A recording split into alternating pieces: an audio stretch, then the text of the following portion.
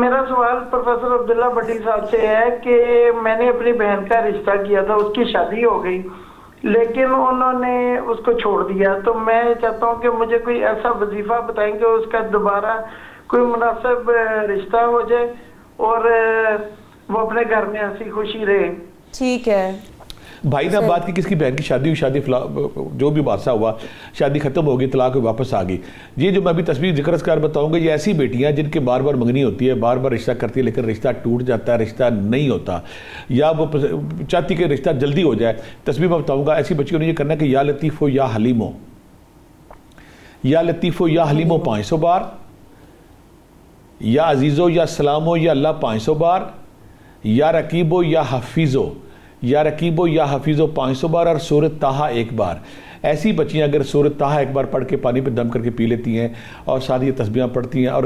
سورۃ طٰہٰ کبھی کبھی پڑھ کے اپنے اوپر دم بھی کر لیتی ہیں، یقین کرے اللہ غیب سے اسباب کھولتا ہے، اللہ غیب سے اسباب بناتا ہے۔ چاہے دوسری شادی ہے، چاہے بیوہ ہے، چاہے خدا نہ کرے طلاق ہوئی ہے، اللہ اسباب بناتا ہے اور ایسی بچی کی شادی جلدی ہو جاتی ہے۔ یہ تسبیح بیٹی خود بھی پڑھ سکتی ہے، بیٹی کی ماں بھی پڑھ سکتی ہے، بیٹی کا بھائی بھی پڑھ سکتا ہے، بیٹی کا باپ بھی پڑھ سکتا ہے۔ جو یہ تسبیح پڑھے گا یا پڑھے گی انشاءاللہ اللہ غیب سے رسے کھولے گا اور بچی کا سوٹیبل نیک رشتہ آئے گا اور وہ اپنے گھر کو چلی جائے گی انشاءاللہ۔